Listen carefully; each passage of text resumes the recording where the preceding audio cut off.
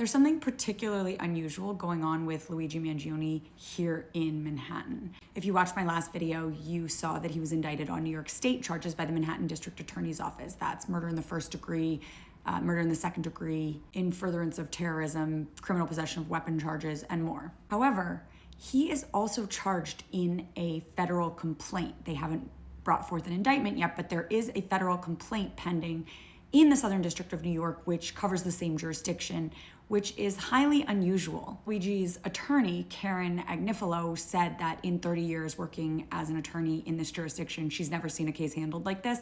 And as someone who has been a public defender for 15 years, also in Manhattan, I also have not seen this. Typically, if a case is going to be prosecuted in federal court, then it's prosecuted in federal court. And if a case is going to be prosecuted in state court, then it's prosecuted in state court, not usually both.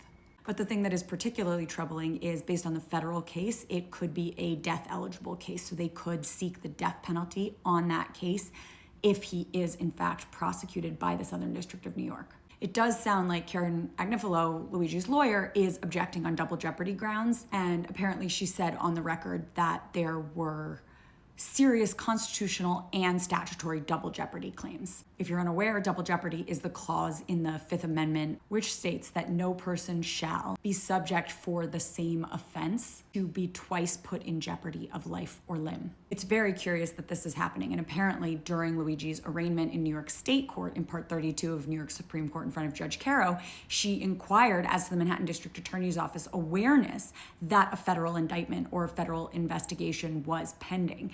Are the two prosecutors working together? What evidence is being gathered? Is there a joint investigation? Now, it has to be same or substantially the same charges. So if people are interested, we can go through the federal complaint as well.